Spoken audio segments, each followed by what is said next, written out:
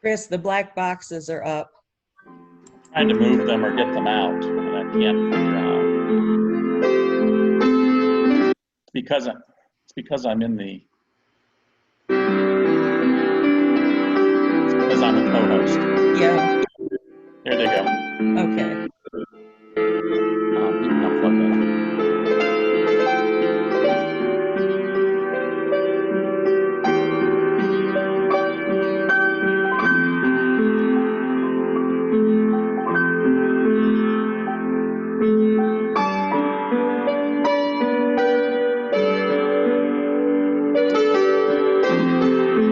Headphones to listen to this.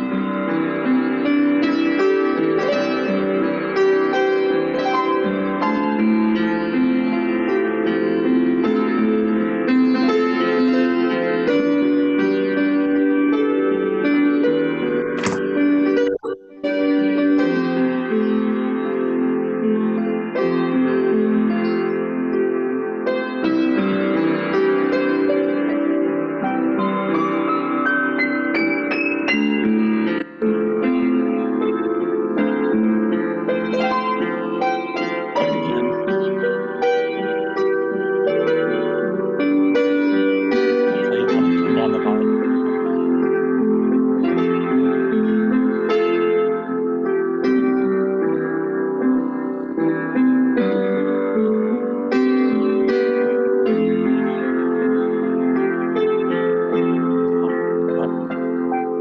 Is the volume control? No, on top.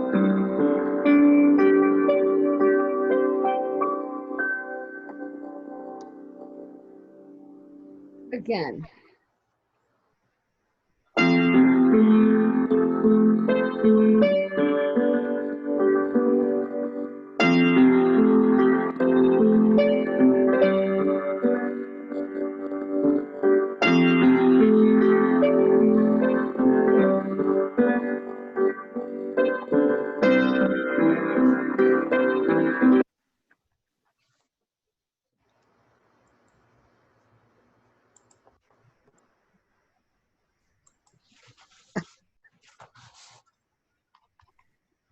What happened?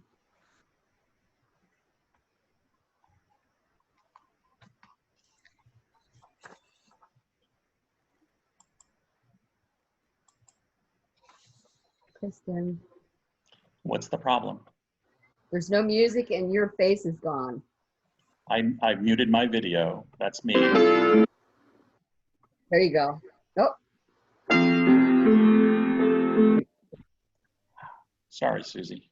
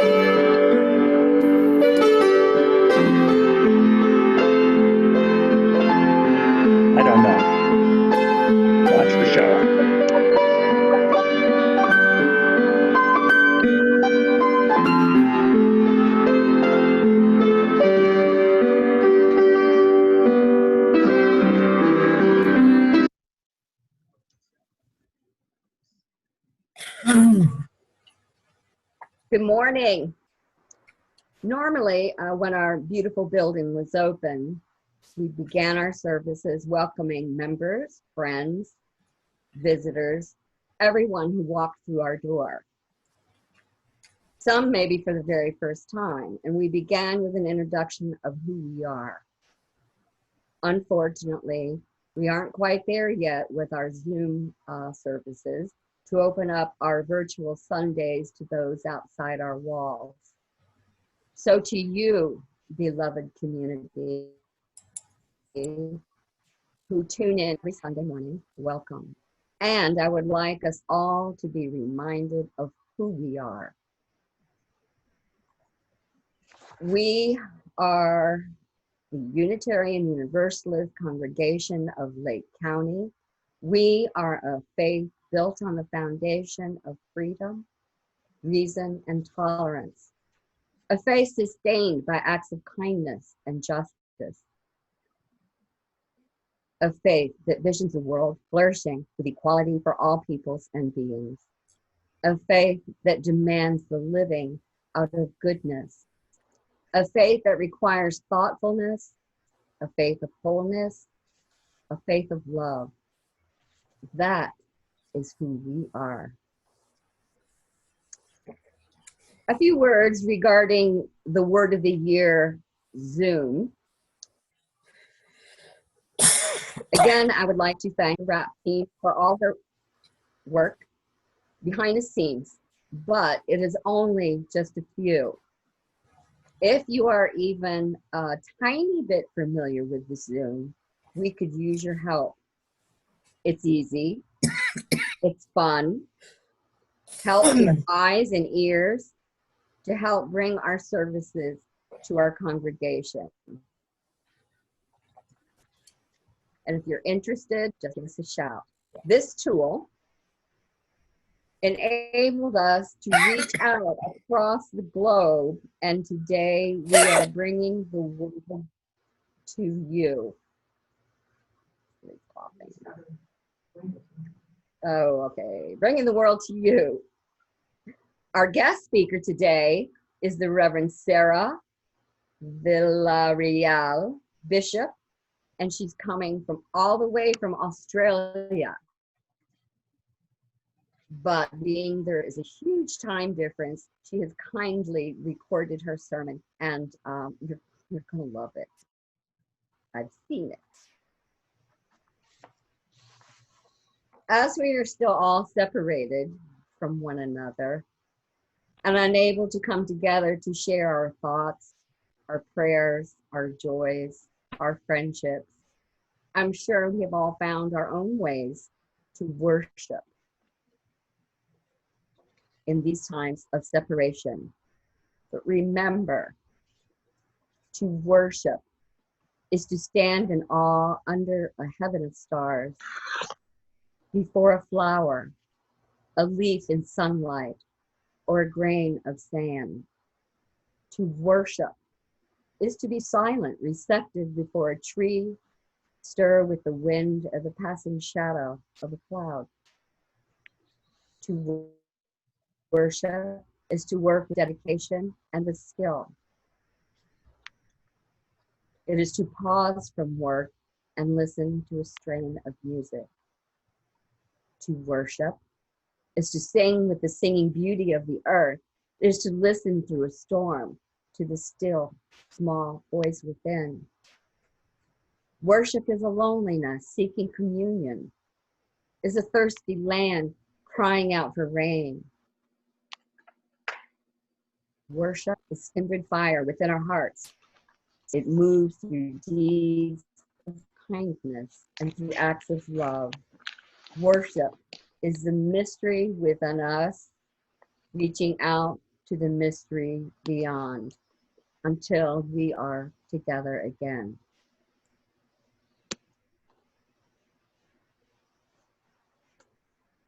It is time to light our chalice, and if anyone out there has a candle or a flame, one is here.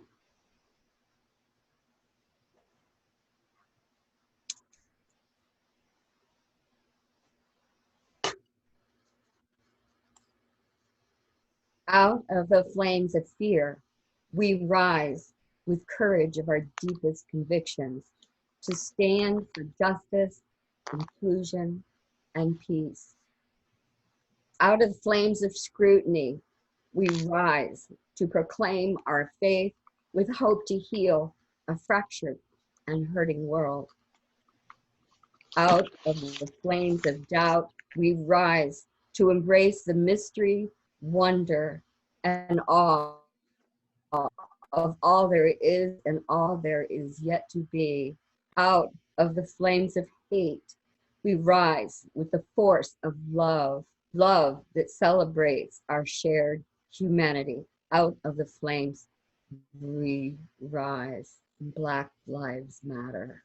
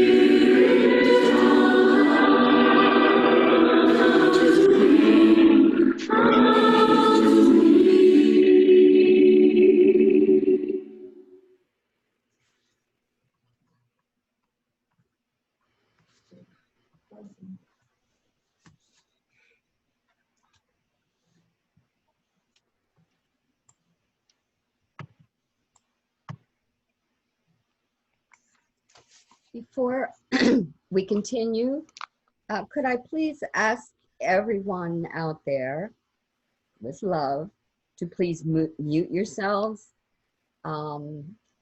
We should all be muted. There's coughing and rattling, and this is hard for me. Thank you.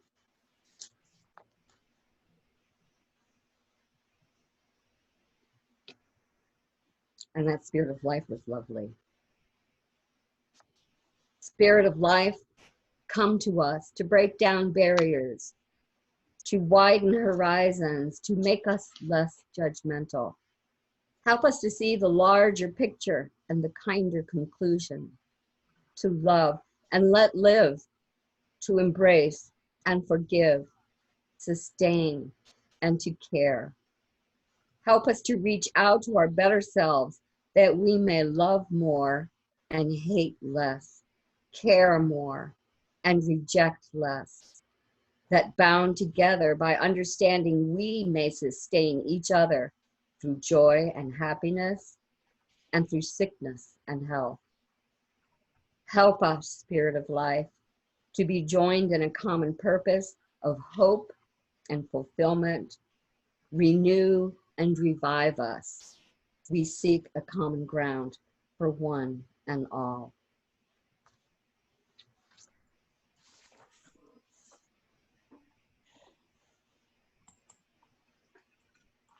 Now is a time for silent reflection. Again, we hear that beautiful flute music by our own Pete Conte.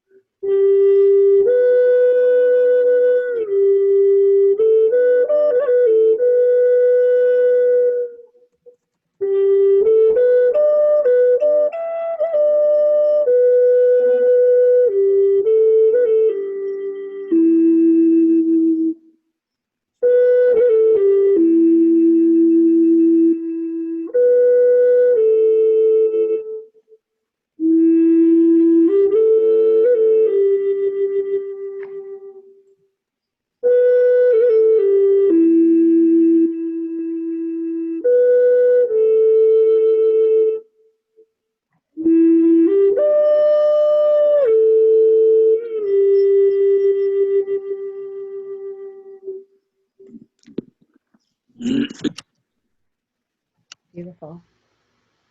Now please join me in reciting our congregational covenant. Love is the spirit of this church and service is its law. This is our great covenant to dwell together in peace, to seek the truth and love, and to help one another. Please mute. I muted her.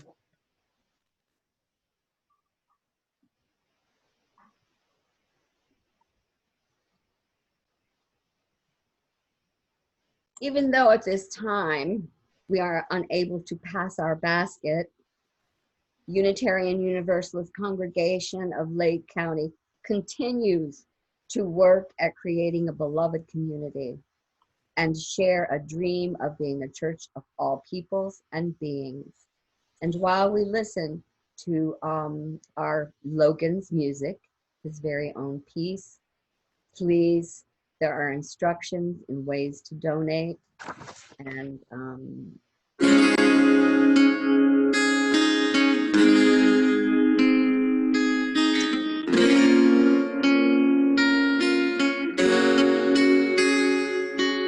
didn't know what to say, then I knelt down to pray, but what I wanted to say was gone. Now I'm down on my knees, and I'm starting to bleed, for these choices have stayed too long. Come to the other side, let go of all your pride, no pun up, you're mine. Come to the other side, let go of all your pride, no pun up,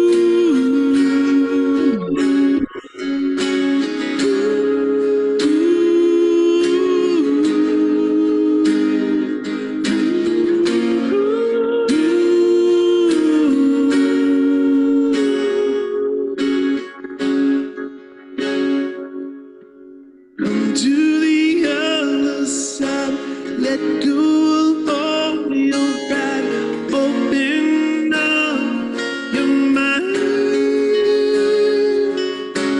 Come to the other side, let go of all your pride, open up your mind. Didn't come to the other side, let go of all your pride, but what I wanted to say, your mind. Didn't know what to say, I knelt down to pray, but what I wanted to say was gone. Didn't know what to say, then I knelt down to pray, but what I wanted to say was gone.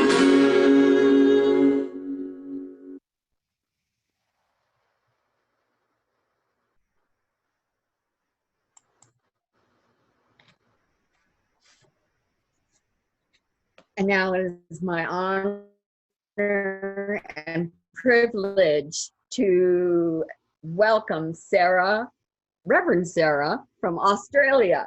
Enjoy.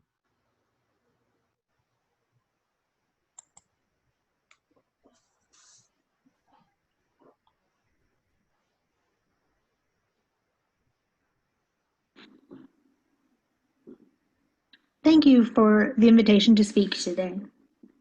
My name is Sarah Bishop, and I acknowledge the traditional owners of the land on which we are meeting.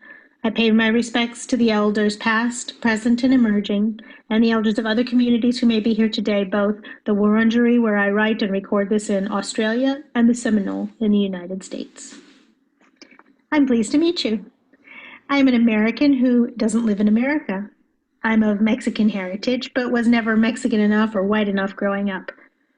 I'm a Lutheran pastor who was once a practicing Wiccan.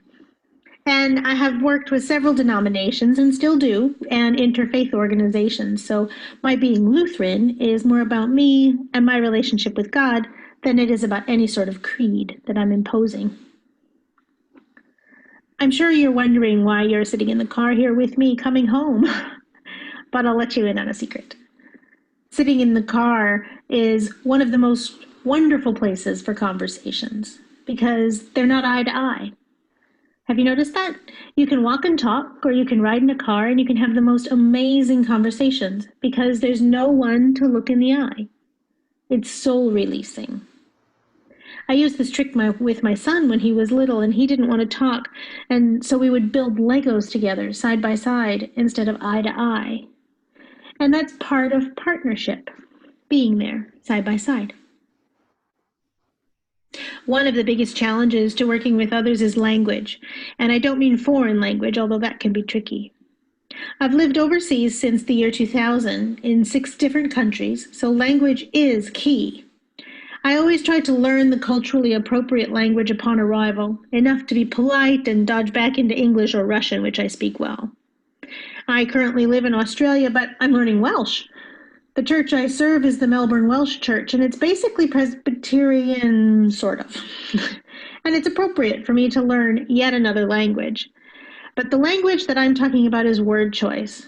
What words are used, why, and what they actually mean. Because sometimes how you think of a word and how I think of a word don't actually have the same definition. I'm an anthropologist and a zoologist who worked at the Smithsonian National Zoo. And after my husband joined the Foreign Service, I found myself unexpectedly a mother, twice, and living and serving at embassies overseas. The children and I went back to Wisconsin while my husband was at a unaccompanied post, because sometimes you're not allowed to go along with. And in a normal conversation with a dear friend who happens to be a Lutheran pastor, he asked me what made my heart sing. I told him that it sang when I explained the interconnected web of life. And apparently, as I was explaining, I lit up. He said, "That's a call, Sarah. That's God talking through you." I laughed. But the funny thing is I could explain ecology, environmental homeostasis, conservation, and environmentalism in academic terms. I could explain them in biological terms. I could explain it in ecological, academic, economic, even political terms. And the idea of being able to explore this even further and to look at the theology of this was just too much to resist. By the way, the word for it in theology is stewardship. So I can talk to people in the language that they need to hear when it comes to living in right relationship. At its core, living in right relationship with oneself, with others, and with creation runs through most of the cultures that I've encountered in one form or another. The 5 pillars of Islam are about living in right relationship. The 5 precepts of Buddhism are about living in right relationship. The 10 commandments for Judaism or Christianity are about living in right relationship. It's about the complicated, ever-changing balance of partnerships. This isn't about being perfect or sinless or ticking the boxes. It's about settling into oneself, being at peace with it while still working at the balances of challenges, failures, and successes. And then it's also about settling into that same balance with others. Challenges, failures, and successes with people you love, people you meet, or people that you frankly hate. And that's a rough one. I'm not sure any of us ever get very far with it because we spend a lot of time on ourselves.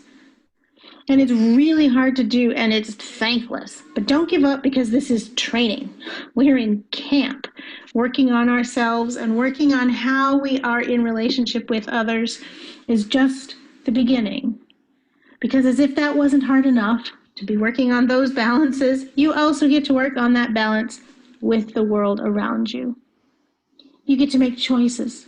Every dollar we spend is a vote for something. So what are we voting for with our dollars? Every political vote, every purchase, every time we choose to speak up or to keep quiet, to march with or complain about, we're choosing how we want to influence the balance of the world around us and our own balance. And somehow, we're supposed to do this, and the self part and the other part, all at the same time. And, frankly, it can be hard to do this eye to eye. So it's a good thing that we're just talking as we head home. We are on a journey together. We are as much interconnected webs of life in and of ourselves as we are in the universe writ large. And this can be a confronting thing to think about, let alone live. It doesn't matter if we say it like Confucius, do not do to others what you do not want them to do to you, or Taishan Kanyi Pian of Taoism, regard your neighbor's gain as your own gain and your neighbor's loss as your own loss. Or if we say it like they do in the Gospel of Matthew, in everything do unto others what you would have them do to you. When we do that, we turn towards justice. We turn towards helping our neighbor, the stranger, ourselves. And that is common decency. And that common decency expands to justice when fed a nourishing diet of love, compassion, and respect. One of the things I do when driving is listen to books on tape, although my kids look at me funny when I say that. They say, wait, what, Audible? But one of my favorite people is Brené Brown, and she so often says what I think, but does it much more eloquently. She says, when confronted with the news of a stranger's unimaginable pain, we have 2 choices. We can choose to respond from fear, or we can choose courage. We can choose to believe that we are somehow insulated from the realities of this trauma, that our willpower or our strength or our character will make us better than these displays of desperation and woundedness. But when we seek shelter in the better than or safer than or different than thinking, we are choosing fear. And that requires us to self-protect and to arm ourselves with judgment and self-righteousness. Our only other option is to choose courage. Rather than deny our vulnerability, we lean into both the beauty and the agony of our shared humanity. Choosing courage does not mean we're unafraid. It means that we are brave enough to love despite the fear and uncertainty. We are choosing to be brave about nourishing an interconnected web. We are choosing to faithfully feed with love and justice and compassion something that could potentially hurt us. We will not just cultivate our own selves, but also others, and as a result, the world. And that changes our sense of self and our sense of home from a place to a state of being. Our spirituality is a oneness and an interconnectedness with all that lives and breathes, even with all that does not live or breathe, says the Aboriginal poet Mondurundu. No, Mondururu. And this is home. This earth around us is living, breathing, and dying. And so we have courage to nurture those relationships. We have courage to look both inward and outward and around. And I am delighted to be with you on this journey. I wish you peace and contentedness, and above all, compassion. Peace be with you, always. Amen.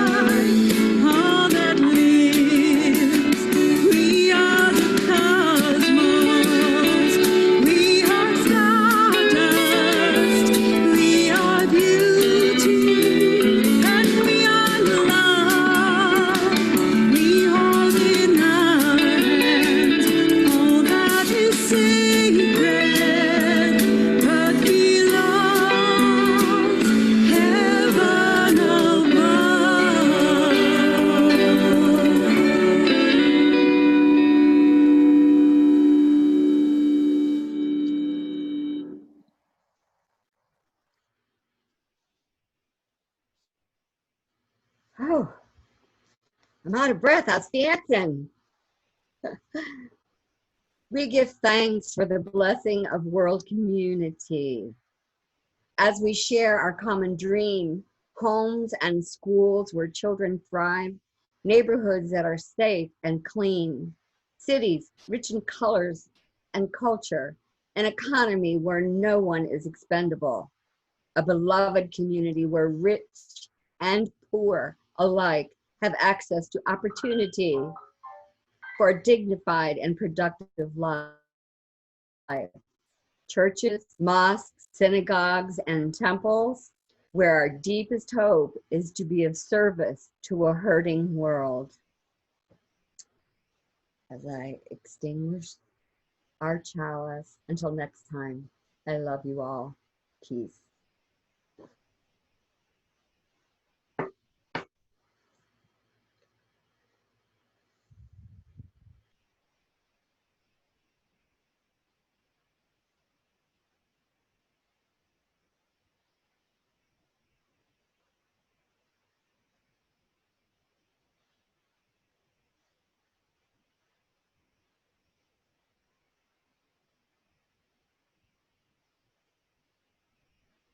Good afternoon, everyone. The service is ended, but we're here to share our joys and concerns. Susie, awesome job. Thank you so much. Val, you're just amazing in the background making all this work. So we're all still here, and we have about 30 folks online. What we'd like to do is invite anybody to share their thoughts about the service or any joys or concerns that you have from the past week or for what you have on your mind going forward. So Val and I are going to look over the pictures. You're welcome to raise your hand if you know how to use the Zoom tool, or if you like to get our attention, just wave your